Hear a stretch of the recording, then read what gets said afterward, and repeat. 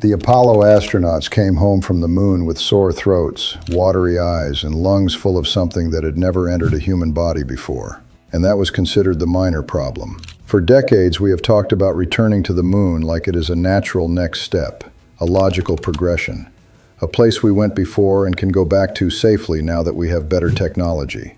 But the more scientists study what is actually waiting up there, with real data, real samples, real seismic readings, the more the picture of the moon that is emerging looks nothing like the quiet, serene world we see in the sky every night. Here are 6 reasons the moon is genuinely more dangerous than most people realize. All real, all documented, all relevant to the astronauts NASA is planning to send there within the next few years. Subscribe if you want to keep following this story. Now let's get into it. Reason 1. The dust will kill you slowly, and we cannot get rid of it. This is the hazard that the Apollo astronauts complained about constantly, and it is not the kind of problem that sounds scary until you understand the science behind it.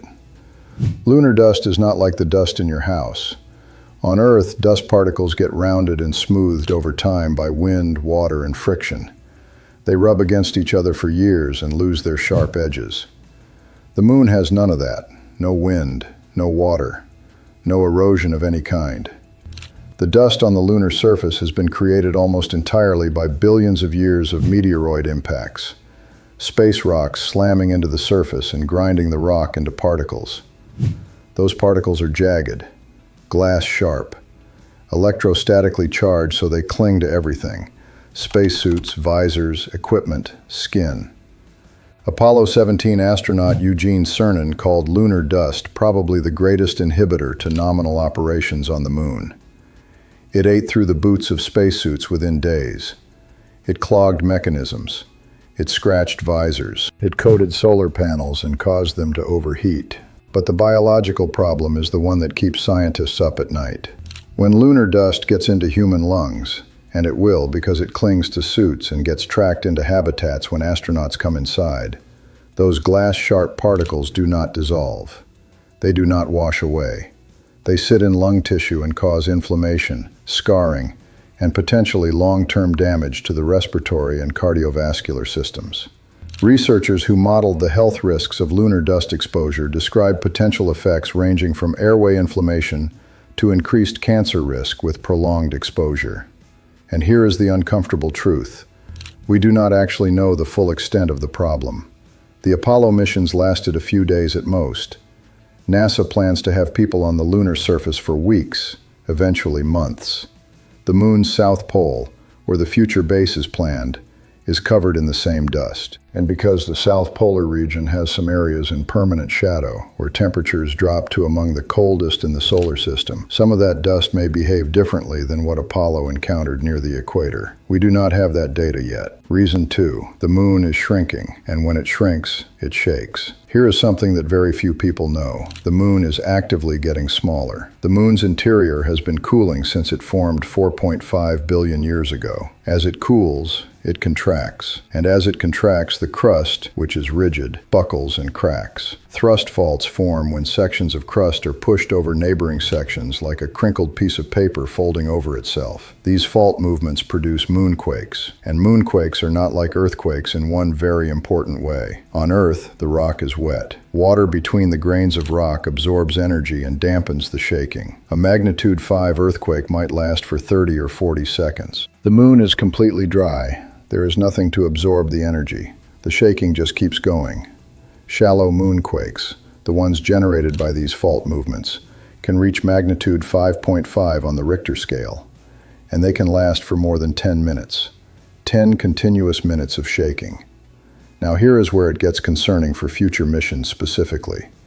A NASA-funded study published in 2024 found that moonquake-generating faults exist near and within some of the very regions NASA has identified as candidate landing sites for the Artemis missions at the lunar South Pole. The planned moon base location is near active fault systems. Researchers calculated the risk this way.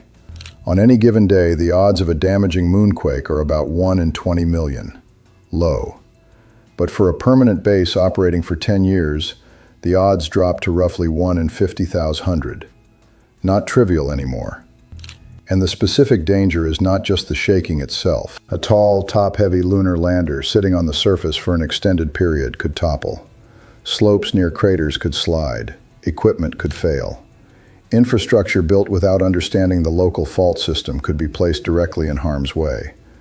NASA is planning to deploy new seismometers as part of the Artemis program specifically to get better data on this.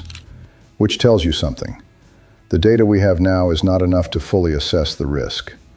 Reason 3. The temperature swings are extreme enough to destroy equipment and kill. This one sounds straightforward. Cold in the dark, hot in the sun. How bad can it be? Very bad.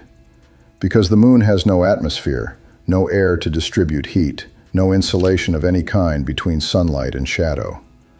On the lunar surface in direct sunlight, temperatures reach 260 degrees Fahrenheit, about 127 degrees Celsius, hotter than boiling water. Move into shadow, and the temperature drops to minus 280 degrees Fahrenheit, minus 173 degrees Celsius. Colder than anywhere on Earth's surface. Colder than the average temperature on the surface of Mars. That is a swing of over 500 degrees Fahrenheit between sunlight and shade. And on the moon, those two zones can be separated by just a few feet. Step from a sunlit rock to the shadow beside it, and the surface temperature changes by hundreds of degrees. Here is how that becomes a survival problem rather than just an engineering challenge. The lunar South Pole, target of the planned moon base, has regions of permanent shadow in the bottoms of craters that have not seen sunlight in billions of years. Those permanently shadowed regions are among the coldest places in the solar system, reaching as low as minus 410 degrees Fahrenheit. That is colder than Pluto's surface. The water ice we plan to mine for rocket fuel and drinking water is in those shadows, which means any mining operation, any equipment, any crew member working near those shadows has to manage this extreme thermal boundary. Spacesuits have to maintain a survivable temperature inside while the outside swings between these extremes. The thermal expansion and contraction of any material exposed to these cycles is severe. Seals crack. Joints fail. The Apollo 17 lunar module base, which was left on the surface, vibrated every single morning as the rising sun heated it, expanding its structure and producing regular tremors that seismometers recorded. Every morning for years, the abandoned hardware trembled as the temperature climbed. A permanent base would face this every lunar day, every 29.5 Earth days, for years. Reason 4. Radiation on the surface is 150 times worse than on Earth, and we cannot fully stop it. Earth has two things that protect us from radiation that the moon has neither of. A magnetic field that deflects charged particles from the sun, and an atmosphere that absorbs and scatters everything that gets through. The moon has no meaningful magnetic field, and it has no atmosphere. What this means is that the lunar surface is exposed to everything the sun throws at it, unfiltered and undeflected. Galactic cosmic rays, high-energy particles from supernova explosions and other violent events across the galaxy, stream through the solar system continuously. Solar energetic particles erupt from the sun during flares and coronal mass ejections. All of it hits the lunar surface at full strength.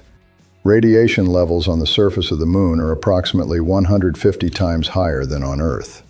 The Chang'e 4 lander and Yutu-2 rover, operating on the lunar surface from 2019 onward, measured this directly, and the scientific community's response was described by headlines at the time as alarming. For short missions, the few days of an Apollo landing, the accumulated dose is manageable and within acceptable career limits. For extended stays of weeks or months, or for the permanent base NASA envisions, the math gets very uncomfortable very quickly. The Artemis 2 crew burned through 5% of their entire lifetime radiation allowance in just 10 days in deep space, without even landing. Astronauts on the surface for a month would face even higher doses. The most frightening category of radiation on the moon is galactic cosmic rays. These are not stopped by ordinary shielding. When heavy lead or other dense material is used, the incoming particles collide with the shielding material and produce secondary particles that are also dangerous. Adding shielding can actually make certain types of radiation exposure worse, not better. The most practical solution scientists have identified is to go underground. Build habitats beneath the lunar surface or inside lava tubes, where several meters of rock above your head provides natural shielding. But lava tubes have their own unknown structural risks, and we have not sent anyone inside one yet.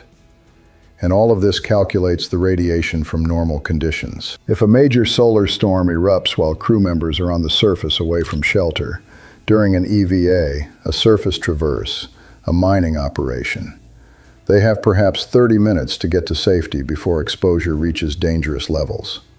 On the moon, 30 minutes may not be enough time. Reason 5.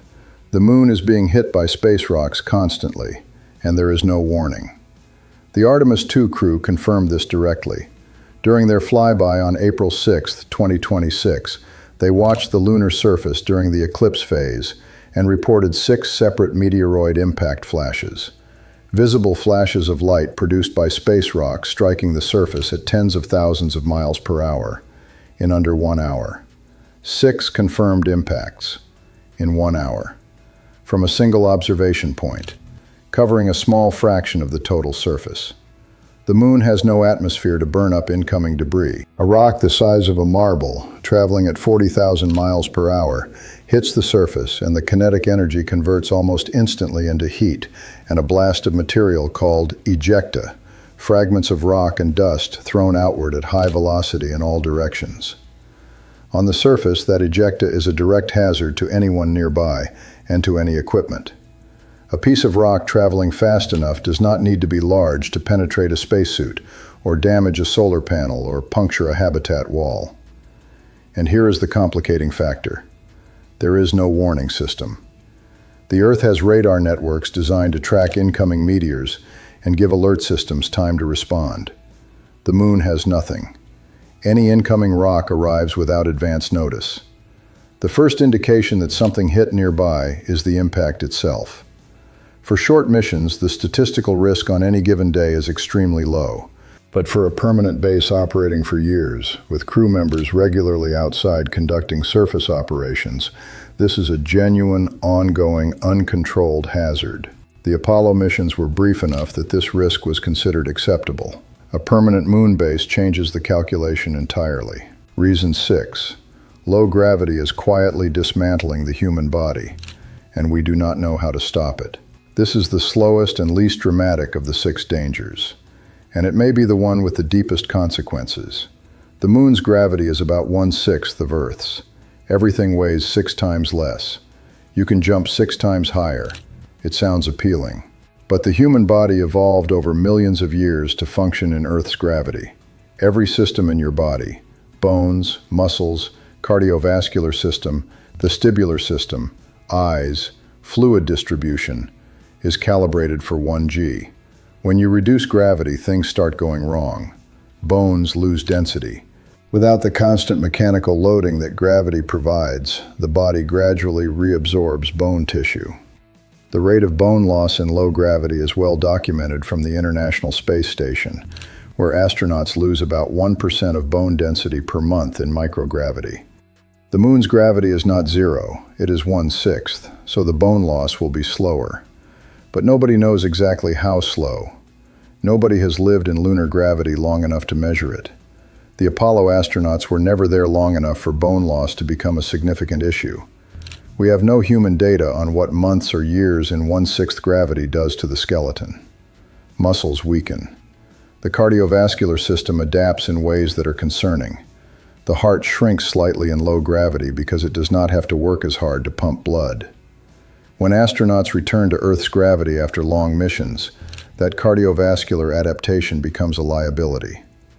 And there is an emerging concern about the brain and eyes. Fluid that normally pools in the lower body under Earth's gravity redistributes differently in low gravity, creating increased pressure in the skull that has been linked to changes in vision and potentially to cognitive effects. We are planning to put human beings on the moon for extended periods. The cardiovascular effects, the bone loss, the neurological effects. The full picture of what that does to a person over months or years in lunar gravity has never been studied, because no one has ever done it. The astronauts who go will be, in a sense, the first data points. None of this means going to the moon is a mistake. It means going to the moon with clear eyes about what is actually there is the only way to do it successfully. The people planning these missions know all of this. They are working on solutions, better spacesuits, underground habitats, radiation shelters, dust mitigation systems, medical countermeasures for bone and muscle loss. Progress is being made on every one of these problems. But the moon that NASA is returning to is not the sanitized version from school textbooks. It is a world of glass-sharp toxic dust, extreme temperature swings, constant radiation, falling space rocks, ground that shakes without warning, and gravity that slowly takes apart the human body. The Apollo astronauts experienced the edges of all of this in a few days and came home. The next crews are planning to stay much longer. That changes everything. Subscribe if you want to follow what happens next. And if this video gave you something real, like, share, and stay watching.